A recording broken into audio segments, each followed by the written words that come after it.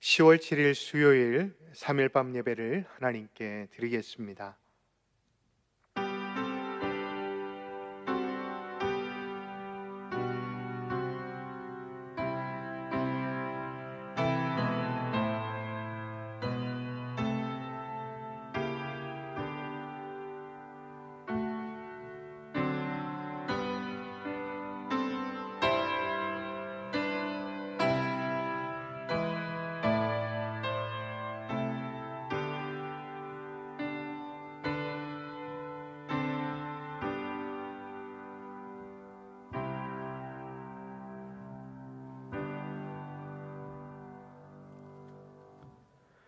사도신경으로 우리의 신앙을 고백합니다. 나는 전능하신 아버지 하나님 천지의 창조주를 믿습니다.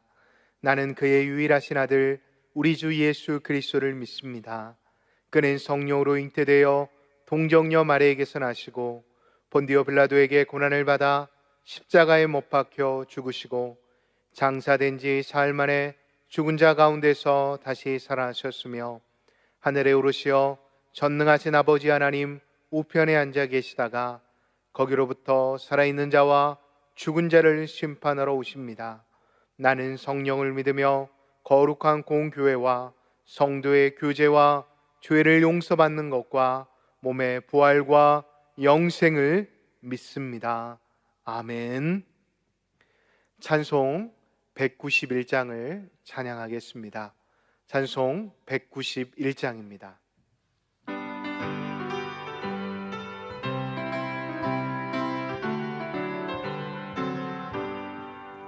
내가 매일 기쁘게 순례의 길 행함은 주의 팔이 나를 안보함이요. 내가 주의 큰 복을 받는 참된 비결은 주의 영이 함께함이라. 성령이 계시네, 할렐루야 함께하시네. 좁은 길을 걸으며 밤낮 기뻐하는 것 주의 영이 함께함이라. 전에 죄에 빠져서 평안함이 없을 때 예수 십자가의 공로인 이범 그 발 아래 엎드려 잠든 평화 얻음은 주의 영이 함께함이라. 성령이 계시네, 할렐루야 함께하시네. 좁은 길을 걸으며 밤낮 기뻐하는 것 주의 영이 함께함이라. 나와 동행하시고 모든 염려하시니 나는 숲의 새와 같이 기쁘다. 내가 기쁜 마음으로 주의 뜻을 행함은 주의 영이 함께함이라. 성령이 계시네, 할렐루야 함께하시네. 좁은 길을 걸으며 밤낮 기뻐하는 것 주의 영이 함께함이라. 세상 모든 욕망과 나의 모든 정욕은 십자가에 이미 못을 박았네. 어두운 밤이 지나고 무거운 짐 벗으니 주의 영이 함께함이라. 성령이 계시네, 할렐루야 함께하시네. 좁은 길을 걸으며 밤낮 기뻐하는 것 주의 영이 함께함이라. 아멘.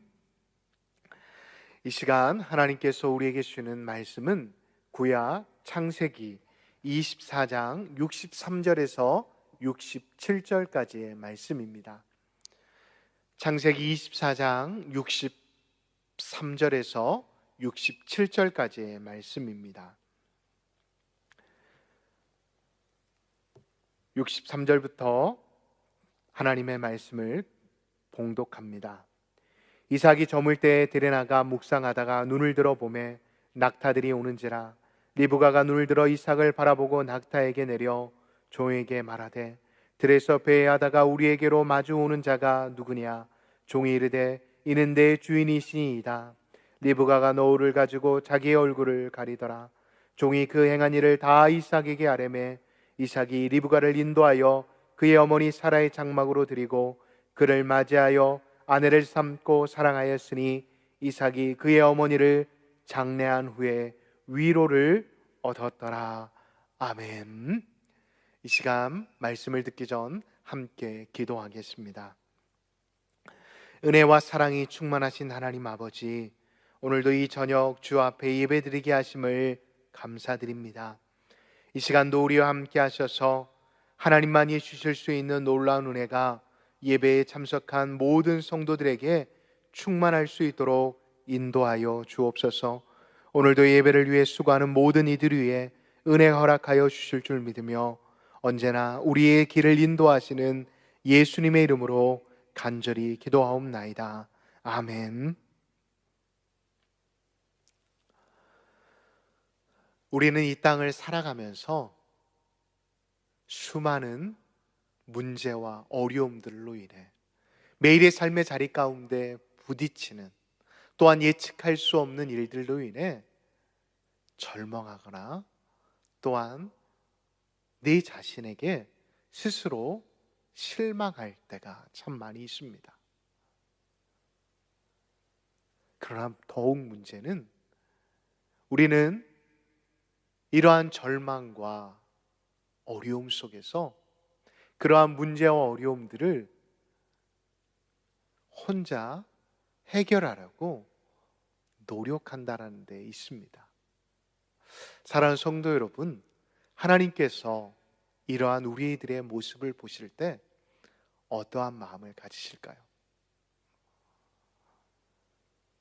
세상에서 가장 존귀한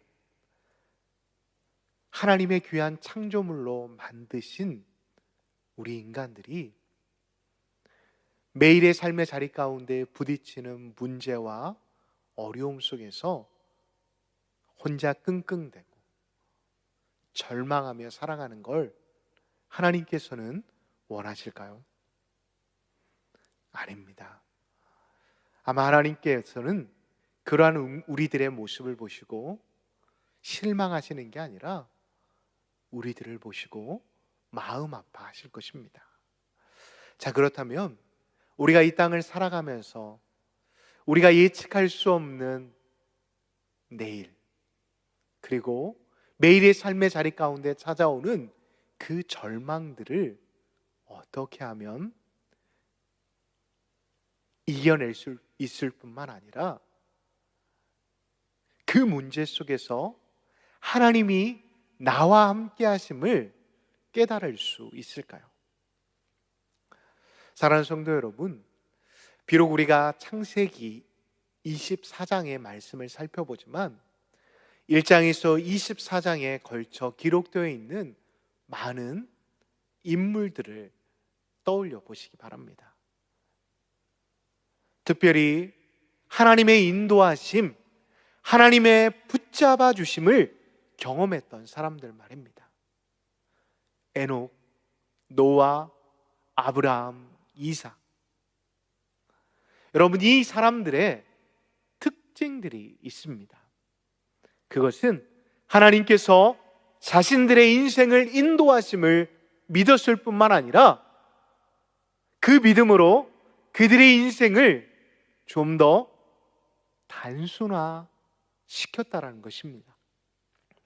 단순한 삶으로 인해 에녹, 노아, 아브라함, 이삭은 자신의 삶의 자리 가운데 수많은 굴곡들이 있었지만 늘 그 문제 앞에서 좌절하거나 걱정하지 않고 하나님이 주는 놀라운 평안함과 기쁨이 그들을 사로잡았음을 우리는 말씀을 통해 살펴볼 수가 있습니다.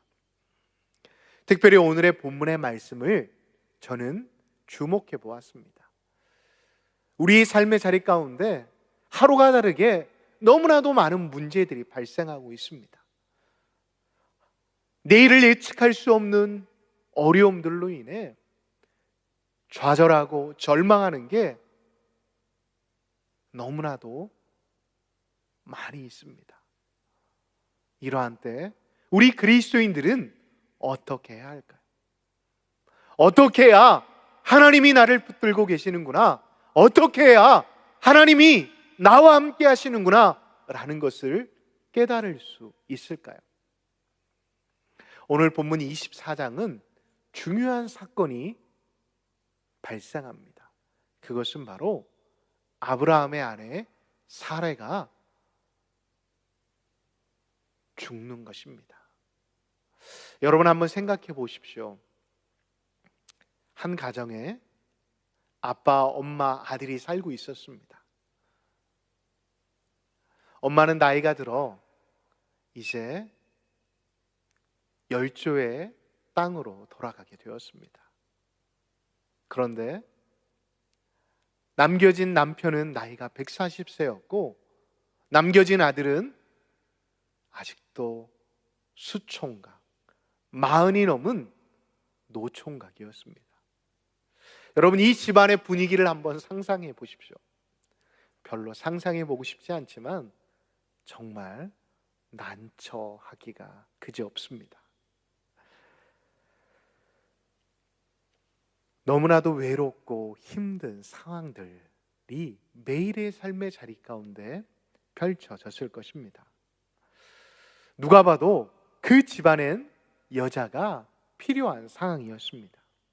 그러나 우리가 여기서 주목해 보아야 할 것은 그 집안의 가장은 여자가 필요하다라는 것을 알고 있었지만 그냥 단순히 집안의 살림이나 또한 애를 키우는 기능적인 여성이 아닌 하나님께서 자신을 향해 약속하신 그 언약, 후손을 향한 약속을 이루어가기 위한 주체자가 이제 필요함을 깨닫게 되었습니다.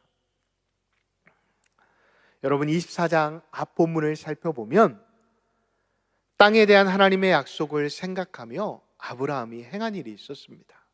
무엇이었냐면 바로 가족 묘실을 구하는 일이었습니다. 그런데 여러분 생각해 보십시오. 이제 가족 묘실은 준비가 되었습니다. 그런데 그 땅을 살아갈 자손이 없다라고 여러분 생각해 보십시오. 얼마나 낭망했을까요?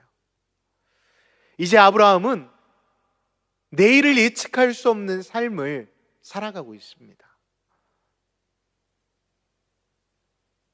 뿐만 아닙니다. 분명히 땅에 대한 약속을 받았지만 아브라함이 그 땅을 보았을 때 지금 자신에게 주어진 땅은 가족 묘실밖에 없습니다. 자손은 어떠합니까? 분명히 하나님께서 그의 고향 본토 친척 아비 집을 떠나게 하실 때는 하늘을 보여주시며 무별의 별과 같이 그리고 바다의 모래와 같이 그들의 자손을 번성하게 해주신다라고 하셨는데 이삭 하나만 덜렁 있습니다. 사랑하는 성도 여러분, 여러분들의 현실 또한 잠시 묵상해 보았으면 좋겠습니다. 우리 모두가 하나님의 약속을 붙잡고 살아가고 있습니다. 그러나 약속에 비해 여러분 우리의 현실은 너무나 초라하지는 않으십니까? 약속은 분명히 품고 있지만 현실은 약속을 의심케 하는 모습밖에 우리에게 비춰지지 않고 있습니다. 저는 아브라함이 왜 믿음의 사람일까? 왜 하나님께서 그를 믿음의 조상이다라고 말씀하셨는지를 오늘 본문 24장을 다시 한번 묵상하면서 깨닫게 되었습니다. 아브라함이 그의 평생에 깨달은 중요한 사실은 그럼에도 불구하고 하나님의 약속은 취소되지 않고 하나님은 자신과 함께 하신다라는 것을, 하나님은 자신의 인생을 인도하고 계신다라는 사실을 잊지 않고 있었다라는 것입니다. 그래서 그는 평생에 눈앞에 보이는 빈약한 현실보다 하나님의 말씀이, 언약이 내 안에서 생명으로 살아있느냐, 그것에 항상 주목하며 살아갔습니다. 그 단적인 예가 어떠한 모습입니까? 바로 이삭을 하나님 앞에 드릴 때입니다. 여러분, 그러고 불안함이, 걱정이 앞서지 않았을까요? 그는 불안과 걱정이 그를 엄습했음에도 불구하고 하나님이 하신 언약이 자신 안에 살아있었기에 이삭을 제단으로 이끌 수 있었습니다. 저는 어느 목사님께서 믿음에 대해 말씀하시는 것에 참 공감이 되었습니다. 그리스도인들이 잊지 않고 마음속에 간직해야 할 진리는, 약속의 기다림의 장소는 현실이 아니라 보이지 않는 믿음이라는 것입니다. 다시 말해, 약속을 붙들고 버티는 것, 우리 현실이 막막하고 불안하고 걱정이 앞선다 할지라도 그 자리에서 하나님의 약속을 붙잡고 하나님이 나와 함께 하심을 믿고 버티고 있는 것, 그것이 바로 믿음이다 라는 것입니다. 사랑하는 성도 여러분, 믿음의 버팀, 그 은혜가 여러분들의 삶의 자리 가운데 있으시기를 예수님의 이름으로 축복합니다. 그런다고 여러분들의 삶의 자리 가운데 현실을 부정하라고 말씀드리는 건 전혀 아닙니다. 현실 매우 중요합니다. 왜냐하면 우리가 살아가는 이 현실 또한 하나님께서 우리에게 허락하신 것이기 때문입니다. 중요한 건 무엇이 내 마음을 지금 주도하고 있느냐라는 것입니다. 내 눈에 보이는 현상이 내 마음을 주도하고 있느냐, 아니면 눈에 보이지 않지만 내 마음 가운데 흐르고 있는 하나님의 은혜, 하나님의 사랑, 하나님께서 나에게 주신 그 믿음이 흐르고 있느냐, 그것이 중요하다라는 것입니다. 현실은 견고해 보이지만 변하지 않는 현실에 내 마음을 둘 것인지, 아니면 보이지는 않지만 하나님께서 나와 함께 하심으로 나에게 허락하신 그 언약이 언젠가는 이루어질 것이라는 그 확신을 가지고 살아가느냐, 그것이 우리 믿는 그리스도인들에게는 중요하다는 것입니다. 그런데 여러분, 현실을 살아가면서 이러한 마음, 바로 그 언약을 붙잡고 살아가는 것, 그것이 쉬울까요? 아닙니다. 결코 쉽지 않습니다. 너무나도 우리의 현실은 자주 변하고 수많은 변수들이 우리를 찾아오기 때문입니다. 그렇다면 우리가 해야 할 일은 무엇일까요? 저는 먼저 아브라함과 이삭과 아브라함의 종을 통해 하나님이 나를 지금도 어떻게 인도하고 계시는지를 살펴보도록 하겠습니다. 여러분, 오늘 본문 첫 절을 보면 아브라함의 아들 이삭이 한 가지의 행동을 하고 있습니다. 63절 첫 부분을 살펴보면 이삭이 저물 때 들에 나가 묵상하다가 라고 기록이 되어 있습니다. 여러분, 지금 이삭은 어머니를 잃은 슬픔 때문에 너무나도 힘든 시간들을 보내고 있었습니다. 뿐만 아닙니다. 하나님께서 아브라함을 통해 하신 그 약속에, 그 언약의 주체가 바로 자신이기 때문에 그 주체로서 너무나도 많은 생각을 가지고 있었습니다. 그런데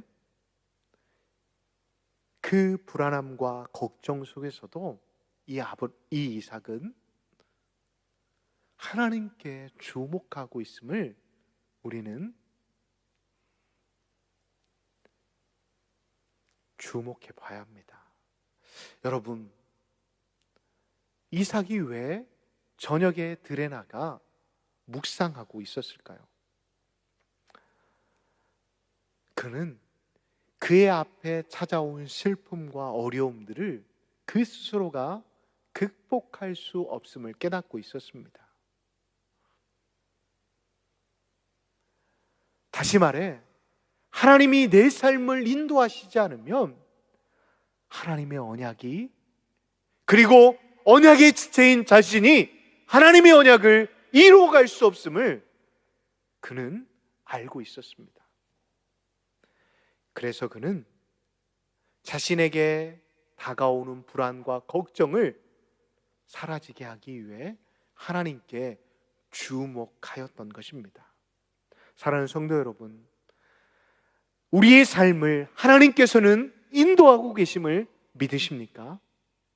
여러분, 하나님은 지금도 쉬지 않으시고 우리를 위해 일하고 계심을 잊지 마시기 바랍니다. 이 사실에 대해 빌립보서 2장 13절은 이렇게 우리에게 말씀하십니다. 너희 안에 행하시는 이는 누구시라고요? 하나님이시니. 그렇습니다. 하나님은 일하시다 쉬거나 안식하지 않으십니다. 지금도 우리 안에 계셔서 우리에게 말씀하시고 우리를 통해 하나님의 역사, 하나님의 언약을 이루어가게 하신다라는 것입니다. 비록 보이지 않아도 지금도 하나님은 나를 위해, 나의 가족을 위해, 우리 교회를 위해, 이 나라를 위해 일하고 계심을 잊지 마시기 바랍니다. 여러분, 우리의 삶의 자리 가운데 우연이란 결코 있을 수 없습니다. 갑자기 생겨나는 행운, 운이 좋아서, 재수가 좋아서 생기는 일들은 없습니다. 우리 그리스도인들은 우연 대신에 하나님께서 우리의 길을 성실하게 인도하고 계심을 항상 고백하고, 행운 대신 하나님께서는 우리에게 복을 지금도 주고 계심을 항상 고백해야 하는 사람임을 잊지 마시기 바랍니다. 여러분, 하나님은 지금도 우리를 위해 일하고 계시는 좋은 하나님이심을 잊지 마시기 바랍니다. 여러분, 두 번째로 묵상해야 할 사람은 아브라함입니다. 24장 앞본문인 4절을 살펴보면 아브라함은 사라가 열조의 땅으로 돌아가게 되자 한 가지의 마음을 품게 됩니다. 바로 자신의 아들을 결혼시켜야겠다라는 마음입니다. 그런데 여러분, 아브라함의 상황을 한번 살펴보시기 바랍니다. 얼마나 다급합니까? 지금 그의 나이가 몇 살이죠? 140세입니다. 언제 결혼해서 언제 아이를 낳습니까? 그는 다급하다고 해서 이삭을 막 결혼시키려고 하지 않았습니다. 왜요? 그는 알았기 때문입니다. 다급하다고 해서 대충 하는 게 아니라 바르게 해야 함을 말입니다. 바르게 해야 하나님께서 함께 하시고 하나님께서 하신 약속이 지켜진다라는 것을 그는 알고 있었습니다. 그래서 그는 4절을 보면 구체적인 며느리의 조건을 제시합니다. 아브라함의 고향에 그의 아들의 신부감을 구하겠다라고 말입니다. 그런데 여러분, 그게 쉬울까요? 여러분, 아브라함의 조건은 정말 어려운 조건입니다. 왜요? 여러분, 그 당시에 누가 자신의 고향을 떠나 홀로 자신의 인생을 이루어 간다라고 생각하겠습니까? 그런데 왜 아브라함은 이 조건을 중요하게 생각했을까요? 하나님께서 아브라함에게 가나안 땅을 주실 거라 약속했기 때문이었습니다. 그렇기에 그의 아들 이삭이 떠나는 게 아니라 이 땅에 자신과 같이 고향을 떠나 가나안 땅에 정착할 수 있는 여인이 아브라함은 필요하다라고 생각했습니다. 왜요? 가나안 땅의 가치관에 그의 아들이 흔들리면 안 되기 때문입니다. 그 가치관에 의해 하나님께서 주신 언약이 흔들려 버리면 안 되었기 때문입니다. 그래서 아브라함은 집안에 들여오는 며느리는 자신의 고향의 며느리가 되기를 원했습니다. 여러분, 70년 전에 떠나온 자신의 고향에서 며느리감을 구한다라는 것, 정말 어려웠을 것입니다. 그런데 아브라함이 생각했던 건 허두에도 말씀드린 것처럼 제가 당신의 집안의 며느리가 되겠습니다, 이렇게 말하는 여자는 아브라함을 부르신 그 하나님이 오르시다라는 것을 믿는 여자여만 가능하다라는 것을 아브라함은 알았기 때문에 그의 종 엘리에셀에게 간곡하게 부탁했던 것입니다. 그래서 그는 5절을 통해 엘리에셀의 대답에 대해 노라고 단호하게 말할 수 있었던 것입니다. 아무리 마음이 드는 처자라고 해도 아비집을 떠날 수 없는 처자라고 한다면 단호하게 포기하라는 것입니다. 하나님은 그 땅을 주시겠다라고 하셨기에 이삭의 아내는 그 땅을 떠나와야만 했던 것입니다. 그러자 이번에는 엘리에셀이 난감해집니다. 그럼에도 그는 10절을 보면 나홀성을 향해 떠나갑니다. 그런데 그 성에 도착하니 얼마나 막막했을까요? 그래서 그는 12절을 통해 이렇게 기도합니다. 하나님, 나의 주인 아브라함의 하나님, 여호와여, 원하건대 오늘 나에게 순조롭게 만나게 하사 내 주인 아브라함에게 은혜를 베풀어 주소서라고 말입니다. 우리가 세 번째로 살펴본 인물은 바로 엘리에셀입니다. 엘리에셀 역시도 그의 삶의 자리 가운데 문제, 어려움이 찾아오자 그는 하나님 앞에 기도하였습니다. 그리고 이어지는 기도는 이러합니다. 하나님, 제가 이 성 안에 있는 우물 곁에 서 있겠다라고 말입니다. 그때 이 우물로 물을 기르러 오는 소녀에게 제가 물을 달라 하면 그가 친절하게 물을 주고, 내 낙타에게 물을 주려고 할 때 그가 친절하게 낙타에게도 물을 먹이게 하면 하나님께서 나의 주인에게 은혜를 베푸셔서 주시는 며느리감인 줄을 알겠습니다 라고 말하였습니다. 그런데 여러분, 놀라운 것은 12절의 기도가 끝나자마자 15절을 보면 한 여인이, 한 소녀가 우물 곁에 물을 기르러 나옵니다. 15절을 보면 그 소녀에 대한 묘사가 상징되어 있는데 심히 아리따웠다라고 기록이 되어 있습니다. 굉장히 예쁜 아가씨였습니다. 여러분, 여러분이었다라고 한다면 옳거니라고 생각하셨을 거라고 생각하십니까? 제가 엘리에셀을 묵상했을 때는 엘리에셀은 난감해하지 않을까 생각이 되어졌습니다. 왜냐하면 예쁜 아가씨들은 보통 깍쟁이들 아닙니까? 물론 다는 아니겠지만 보통 경우의 수들을 많이 두지 않습니까? 어렵게 물을 길러왔는데 물을 좀 달라고 하면 이 아가씨가 물을 줄까라는 생각을 분명히 했을 것입니다. 거기에다 낙타까지 한 마리도 아니고 10마리를 주라고 하면 줄 여인이 몇 명이나 있겠습니까? 그런데 놀랍게도 17절을 살펴보면 이 소녀가 아무런 반감 없이 엘리에셀의 말을 따라갑니다. 그리고 18절을 보면 물동이에 손을 대지도 못하게 하는 것을 보게 됩니다. 그리고 낙타에게 물을 주라고 하지 않았는데 스스로 물을 떠서 낙타에게 물을 주려고 합니다. 엘리에셀은 이 상황을 보고 어떻게 생각했을까요? 자신이 기도했지만 정말 기도가 응답되는 것에 충격을 받지 않았을까요? 그리고 하나님이 내 삶을 인도하고 계시는구나, 비록 내가 절망하고 걱정하고 이 자리에 이 성 가운데 나왔지만 하나님은 나를 인도하고 계시는구나라는 것을 깨닫지 않았을까요?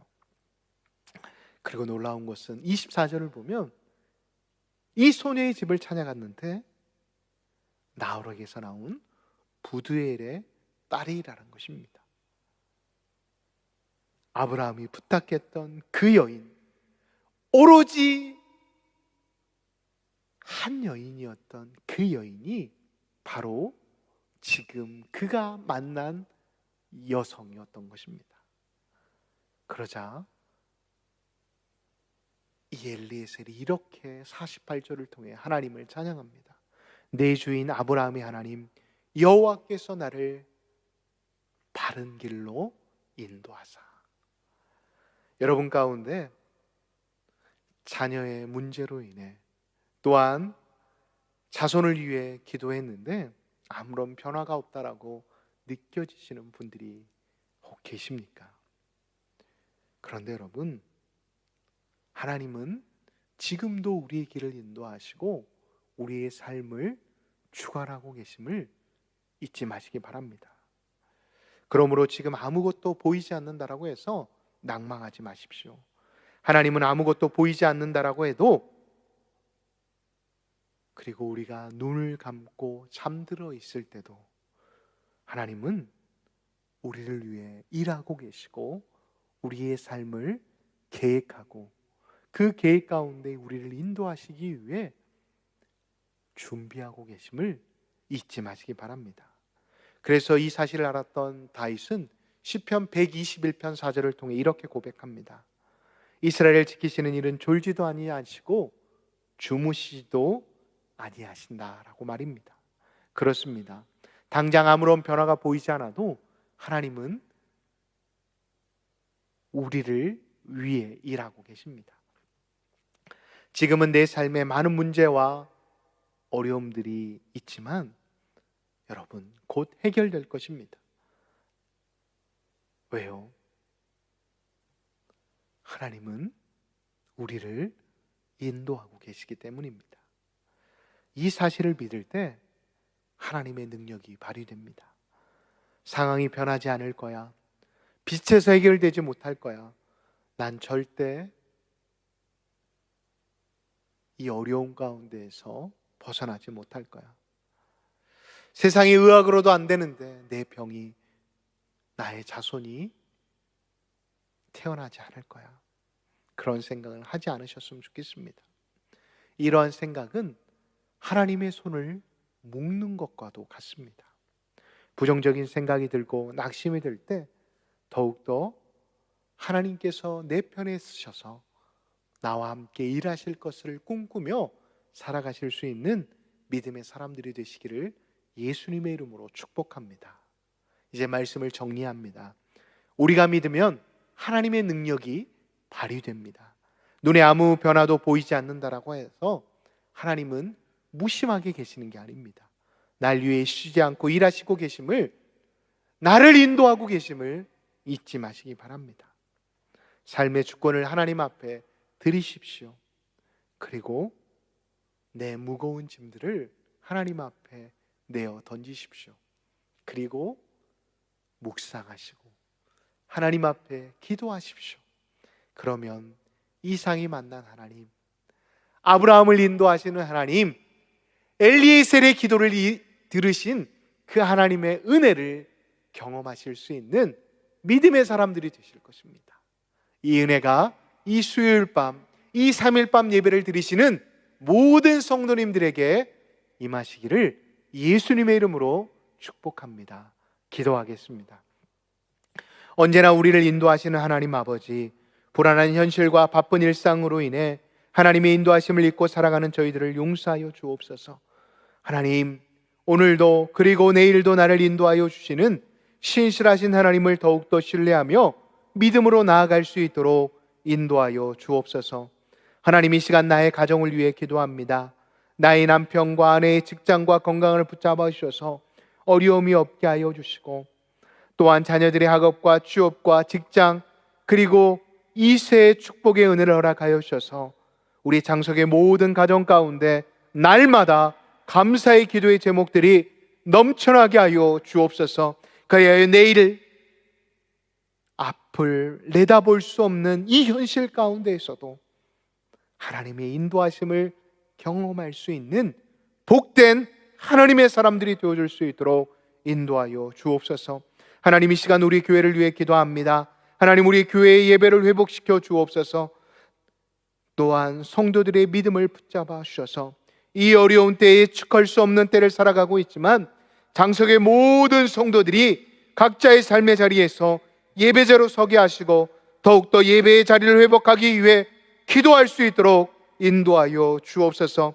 하나님, 우리 원로 목사님을 위해 기도합니다. 이 어려운 때 말씀의 종으로 더욱더 세우셔서 지치지 않게 하시고 건강을 붙잡아 주셔서 이 어려운 때 이 시간들을 우리 성도들에게 더욱더 영의 꼴을 먹이시기에 부족함이 없도록 인도하여 주옵소서. 오대 담임 목사님 청명을 위해 기도합니다. 더욱 귀한 종이 세워질 수 있도록 인도하여 주옵소서. 이를 위해 우리 온 성도들이 더욱더 마음과 뜻을 다해 함께 기도하며 나아갈 수 있도록 인도하여 주옵소서. 하나님, 이 시간 이 나라와 민족을 위해 기도합니다. 하나님, 이 나라가 어서 빨리 코로나의 위기로부터 극복하게 하시고 이를 위해 수고하는 정부와 많은 의료진들과 봉사자들에게 은혜 허락하여 주셔서 이 어려운 때를 협력하여 선을 이루어갈 수 있도록 축복하여 주옵소서. 언제나 우리와 함께 하시며 우리의 길을 인도하시는, 우리를 사랑하시는 예수님의 이름으로 간절히 기도하옵나이다. 아멘.